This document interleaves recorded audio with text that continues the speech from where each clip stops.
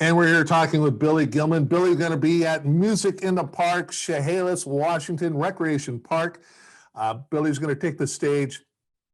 Well, Billy, you'll find out we're pretty laid back. We have a start time of 7:30-ish. Ish. Between 7:30 and 8 o'clock, Billy will be on. That's kind of how we do things.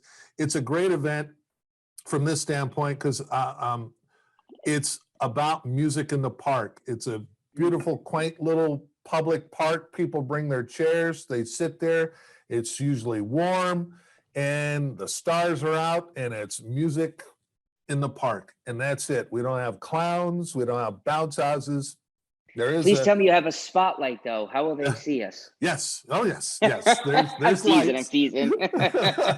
And other than that, though, that's it. I mean, that's what the whole event is about. It's just about, not trying to overrun. It's just a laid back event. And guess what? The kids, they're either dancing or there's a playground nearby and they'll go over there, or they're running around awesome. chasing each other and they're having fun. I love that. I love that. We don't have to plan every minute of the day out, and that's the beauty of this one. And the beauty of, and that's funny you say that, because the beauty of my show, pure and simple, is there's no frills. It's just me, the voice, and the music. I do beautiful ballads that I've had success with. Some great mid-range, groovy kind of songs that I've co-written, and co-wrote. And and there's some songs that people remember from radio in the 80s and today. So I mean that's a really neat thing to hear, that it's about the music, because that's, I don't base my show off of lights or dancers or a great steel guitar player. It's the voice and the lyrics. So I think your audience will really enjoy it then. I really think you're going to be a smash there myself. And I think a lot of people are remembering what and who you were, One Voice. Tell us real quick, again, you got started in music, and this is not meant to be disparaging, but looking you at your earlier days, if you look at me, you could imagine offensive tackle, football player, and that's what I was. Mm-hmm. I could not imagine you as a football player as a 10 or 11-year-old. Not as a 10, 11-year-old, but I did the Kentucky Derby. No, I did not do the Kentucky Derby. I sang at the Kentucky Derby. I sang the national anthem, and I was seated right beside Brady and Edelman from the Patriots. And I can tell you, I did not go away thinking this is true. This was a year or two ago, right before COVID. And I sat beside them and I shook their hands. I'm like, I'm from your area. Edelman knew who I was. Brady did not, which was fine. Whatever. Yeah. I don't go in thinking people are going to know who I am anywhere, even in my own shows. Wait a minute. And so we were talking, and in comes Travis Tritt. Travis Tritt sits right beside us. It was the coolest thing, right? I mean, I grew up with Travis Tritt, right? And we sat there, and they congratulated me on my performance, and that should have been the takeaway, right? No, my takeaway was, holy crap, Edelman is my height and my body frame. I can play for the Patriots. I kid you not. There's a picture floating around somewhere. We looked right eye to eye, and I didn't think, oh my God, this whatever. I thought, oh my God, I can play football. What? I swear to you. Now, when One Voice took off on you as a young man, I went back and I go, wow, I did not realize, but I got to tell you, I think one of my, and I'm gonna press you here. As the guy bringing people in, I don't usually have requests or thoughts, but I really think you got to fit in Ben. That song is the what you did on that award show. I don't even remember the award show, but it was awesome. You had Michael Jackson in tears, for crying out loud, in that one. That is something I'm gonna have to figure that out. I've never had people remember that, but I've never had that as a request, especially from someone that's kind of making and breaking the show. Now, if you can, great. If not, I totally understand. But I love. Never say never. I'm going to write that down, actually, because I will forget.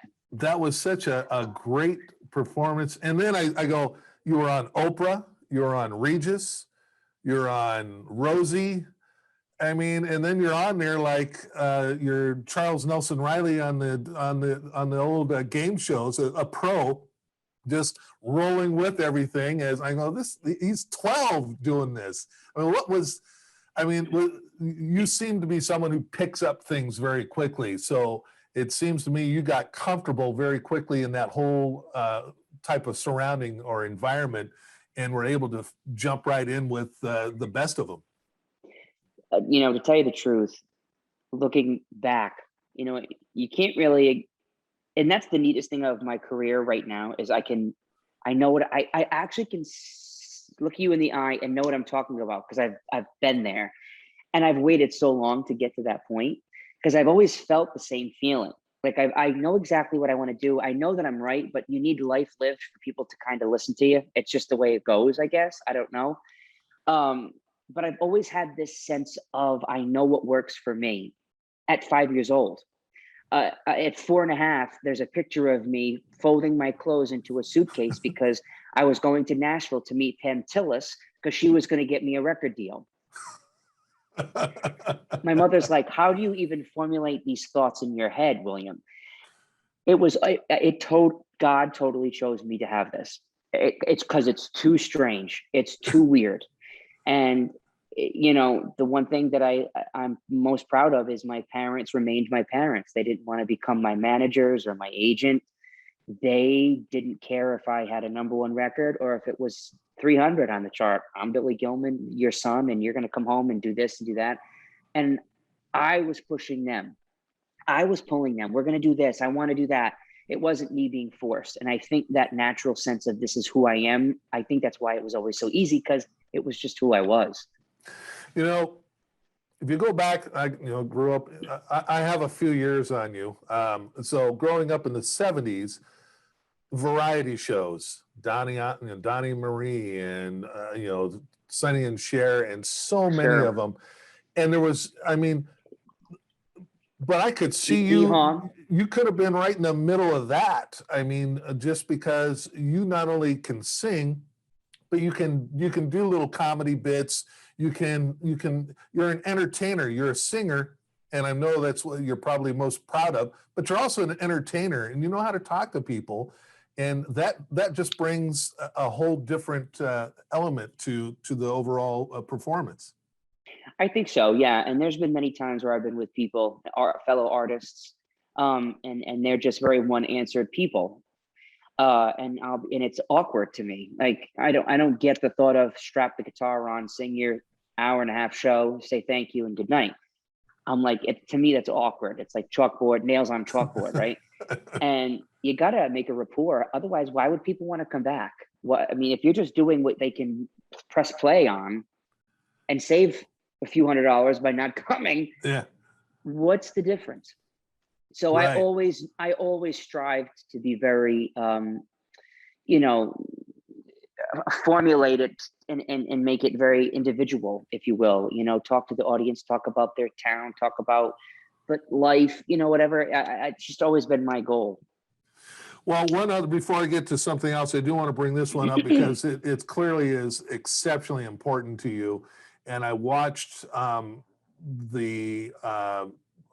when you sang the final song that Jerry Lewis would sing on the muscular dystrophy telethons, and you were explaining how you said you would never do this song live, and you did. It was gorgeous, of course.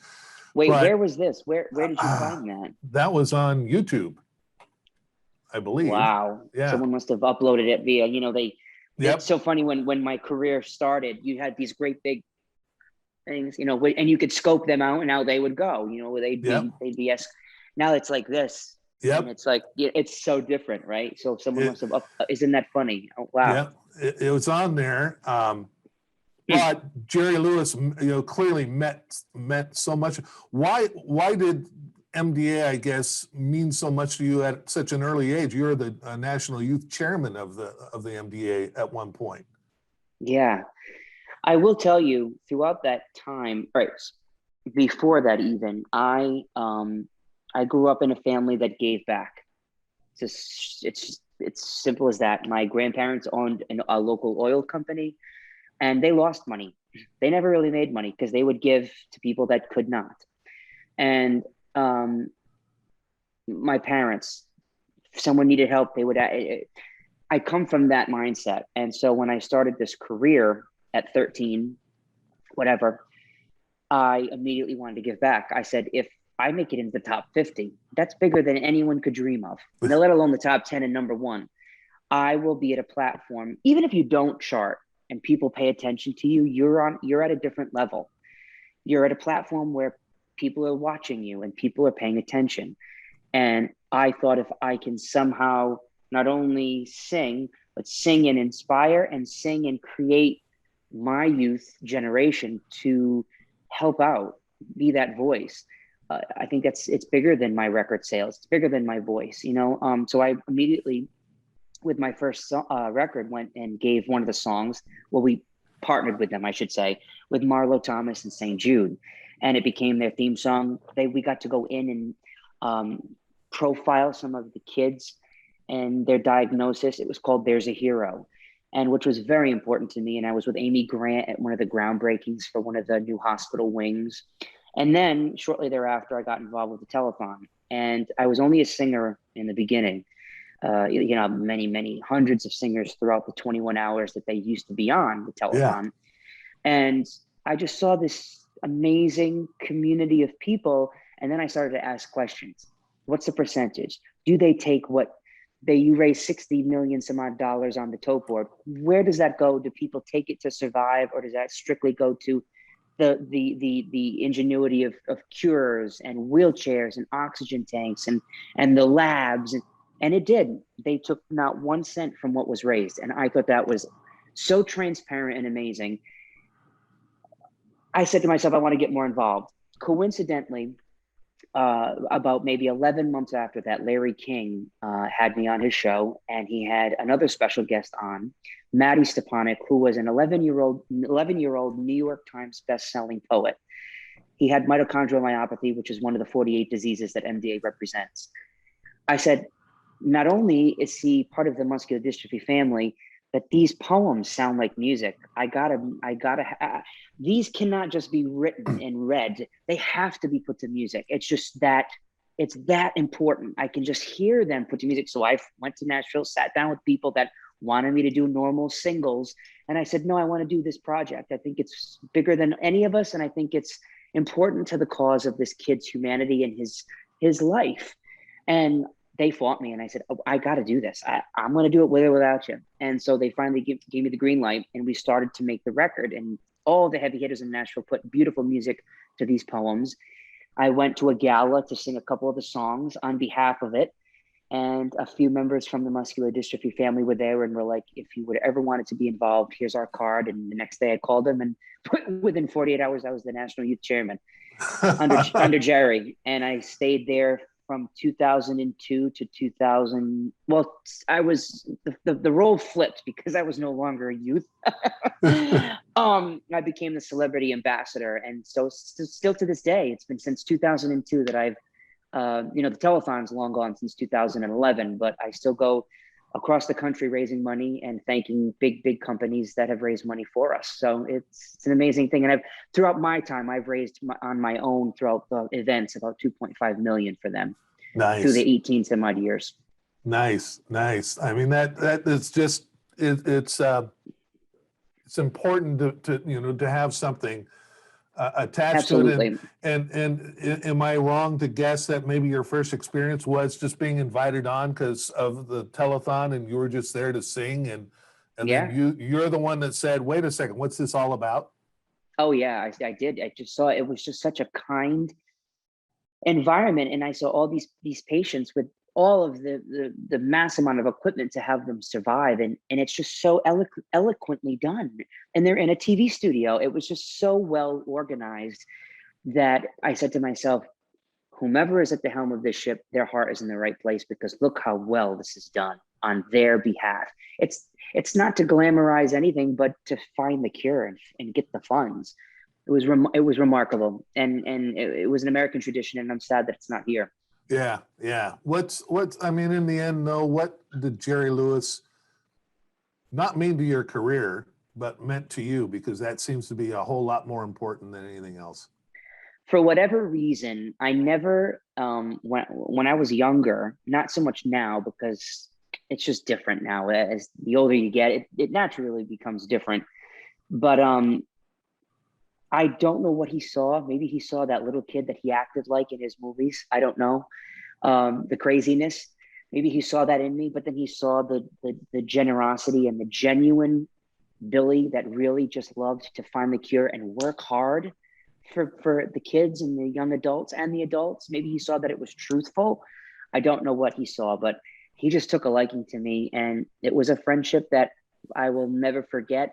And funny enough, um, oh boy, 4 months before he passed, I was in Vegas doing a run at a theater, beautiful theater, and he came and saw a few of the shows, and that was the last thing he saw.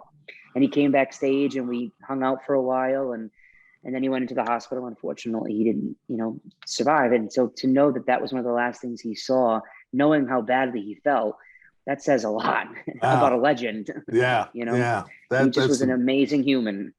That's an amazing experience to have that. And then we have that gap there where you you kind of disappeared and people were wondering, well, that was it for Billy, and Hmm. we won't hear from him again. And then this little show called the Voice comes along, and this guy comes out and, of all things, thinks doing an Adele song is a good idea in a blind audition, and ultimately was correct. First of all, did it was that? I mean, did someone encourage you to try that show, or was that an Oh original yeah. idea? I thought you were going to say, did someone encourage you to sing that song? No, Yeah. people pushed me daily, daily. And I will tell you, I, so my voice changed very dramatically. It took a long time. I don't know if it's because I use it so intensely. Um, and it just took a long time, and I almost damaged it. I had to go on 6 months twice. So a year, more or less, worth of vocal rest, meaning a year of notepad writing. Um, it just was a long journey of BS. Mother Nature really was playing a game. And so coming out of the voice change, it took me another year and a half to retrain it, to breathe properly, to find the high notes that I cannot hit, but I can get up there. And what notes do I have now? And with a voice coach. And it just took a long time. And so within that moment, I went back to Nashville, lived, and became part of the community, meaning I wasn't from 12 to 19, 20. Even my voice was changing weird in my late teens and 20-ish. Like, it was a long time for it to really come back where I could count on it. And so I was in Nashville songwriting. I was in a demo session learning how to use the console. I was mingling with the publishing companies and sitting in the offices and becoming finally part of the community. And I was so grateful to have them see, this Gilman, he's not just a face. He really loves the community. He loves, the industry. He's not just being told what to do and what to say. And so in those years that you didn't know what was going on, I was just formulating relationships, that I just desperately wanted to do when I was young. They just never gave me the chance. Okay, Yeah. kid, yeah, whatever. Right. And so then as I was, knowing that my voice was getting strong, 22, 23, 24, I was doing shows, really started to ramp up. My agent, got them back on board. I want to do concerts again. And then the voice called. and and then I said no for 5 seasons. Oh, they And they contacted you. Okay.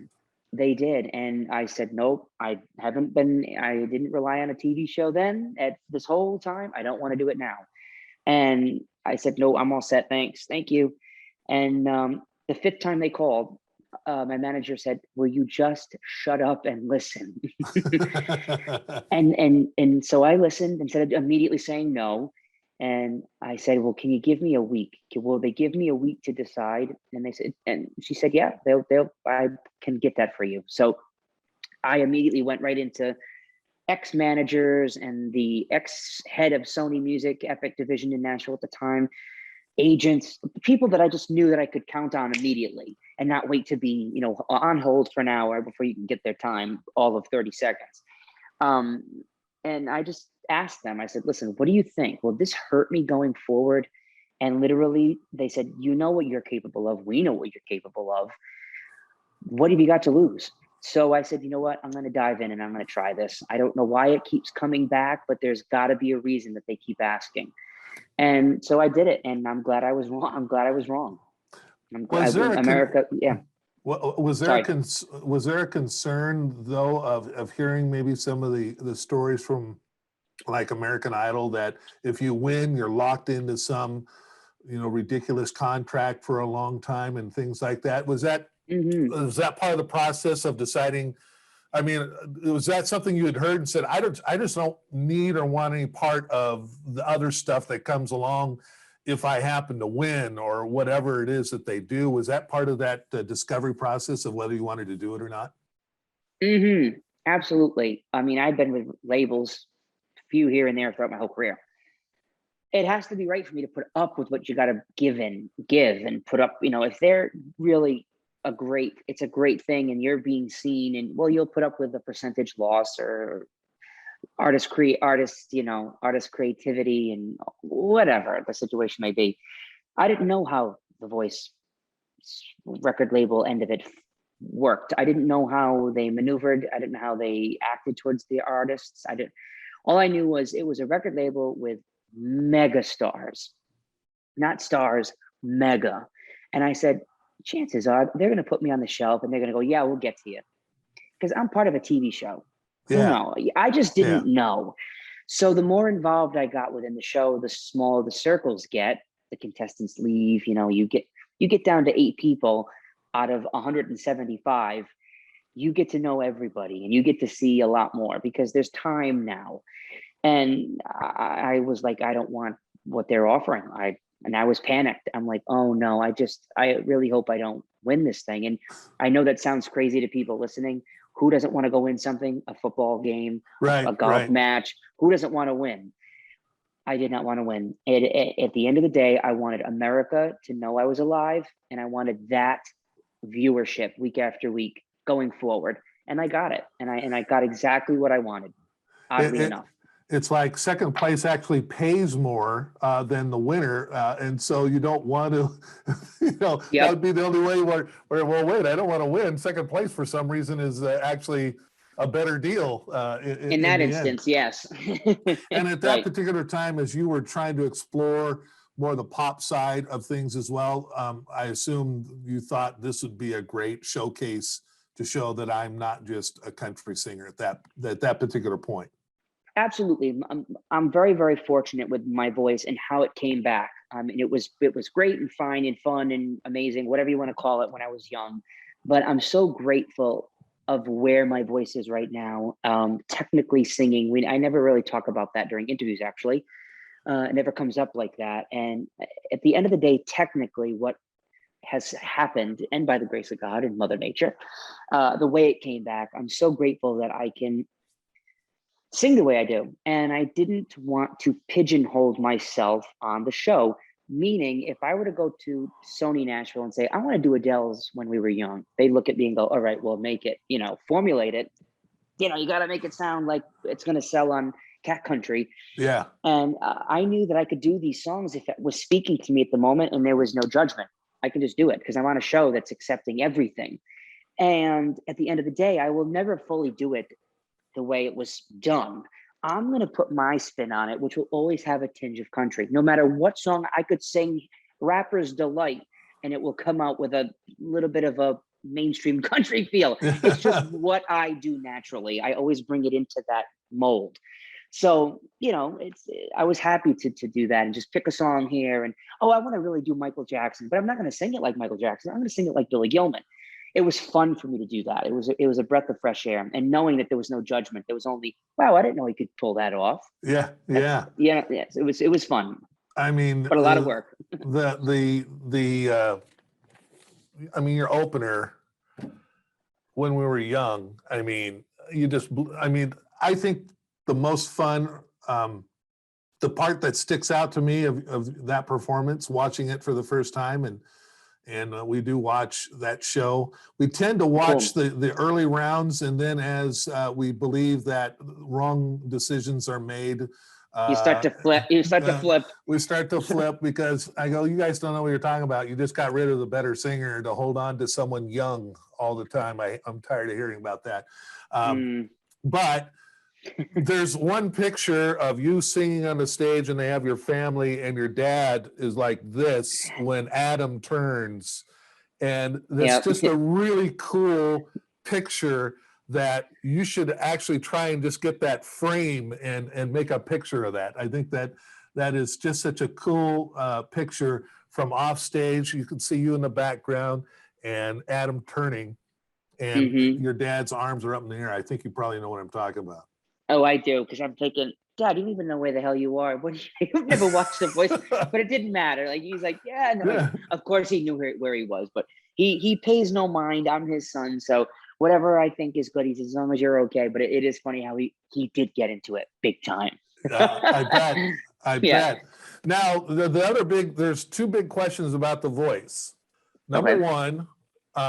Now you're saying, you know what, I've tried that, but really I'm a country artist. If you had to do it again, knowing that you're more of a country artist, would you have still picked Adam Levine as your coach? I don't know. Part of me says no, and part of me says yes. There's been many great opportunities that's come up because people knew I was on Team Adam. So I find the success in that. I don't know. I honestly can't answer that question.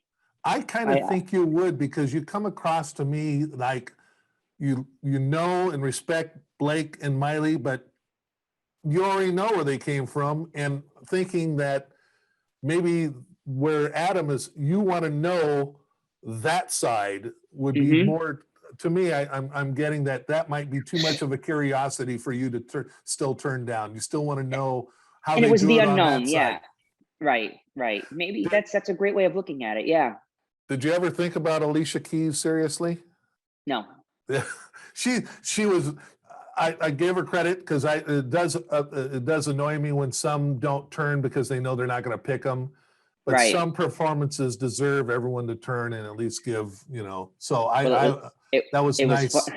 Yeah, it was funny because I'm very on impulse. That's just the way I've always been. If it's just the way it's not maybe so much like I'm going to go cliff diving impulse, but my career, the way I sing, the way I'll jump, I've always been on impulse. So that day, or no, you go for weeks. I mean, my audition was in June.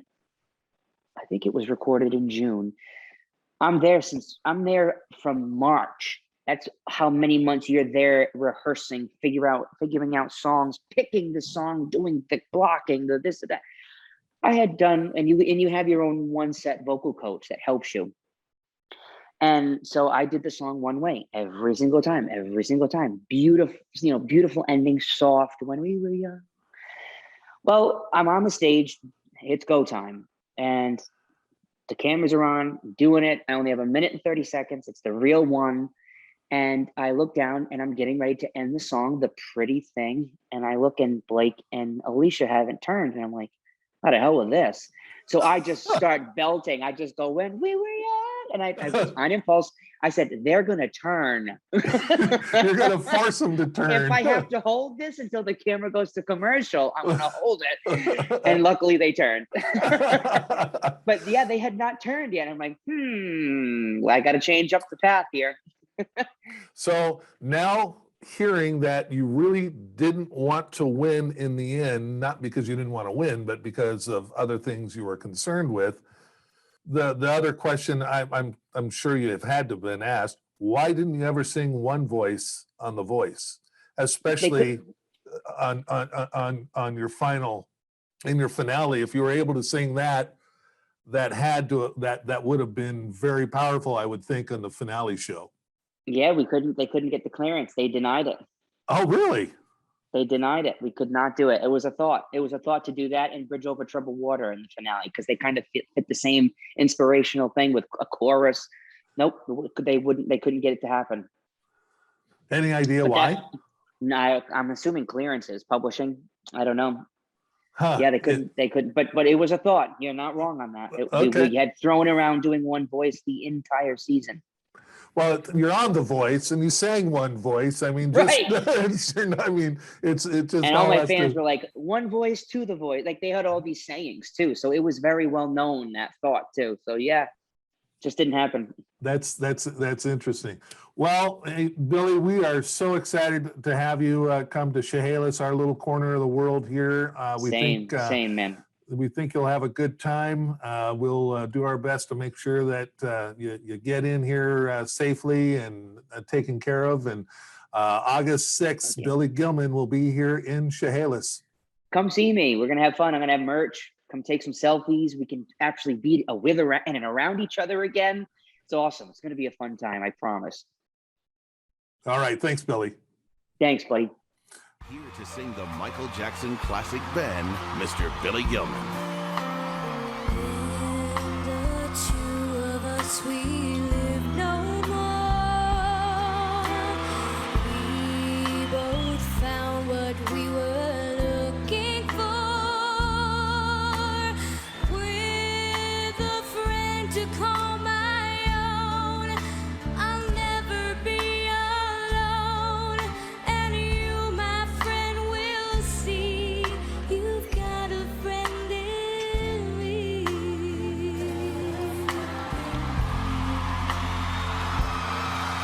I used to say I and me. Now it's us. Now it's we. Used to say I am me. Now it's us. Then most people would turn you away. I don't listen to a word they say. They don't see you as I do. I wish they would try to. I'm sure they'd think again if they had a friend like Ben.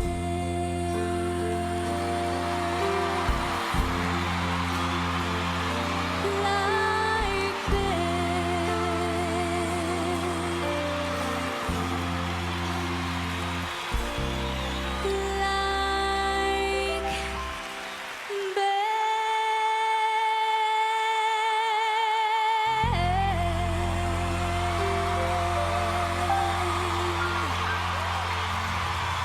Thank you. Thank you.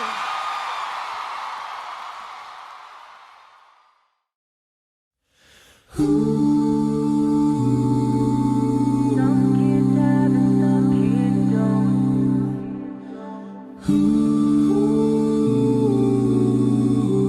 We need some help. Some kids have and some kids don't, and some of us are wondering why.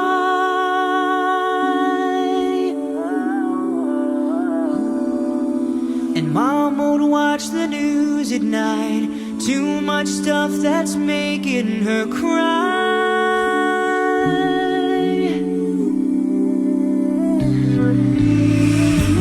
We need some help down here on earth. 1,000 prayers, a million words, but one voice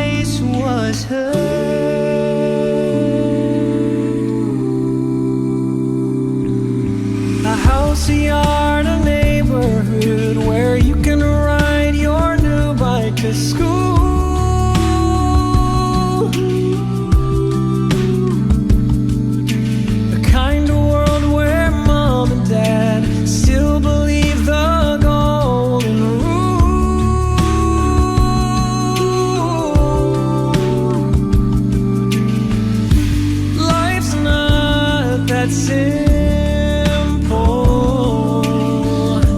Down here on earth, 1,000 prayers, 1,000,000 words, but one voice was heard. One voice, one simple word, hard to know what to say. Oh, one dream can change the world. Keep believing till you find a way.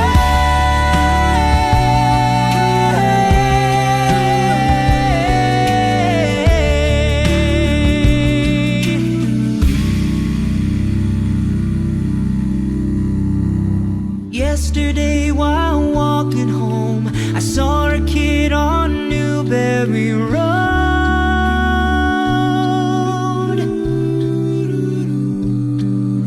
He pulled a pistol from his bag and tossed it in the river below.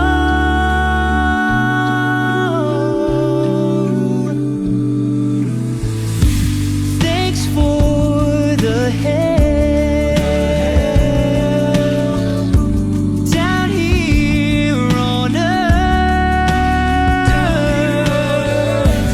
1,000 prayers, 1,000,000 words, but one voice was heard.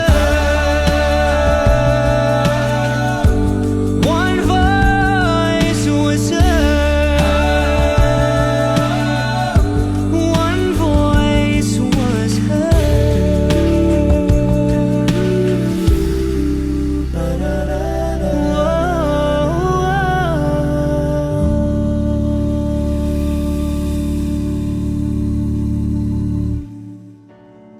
Everybody loves the things you do, from the way you talk to the way you move.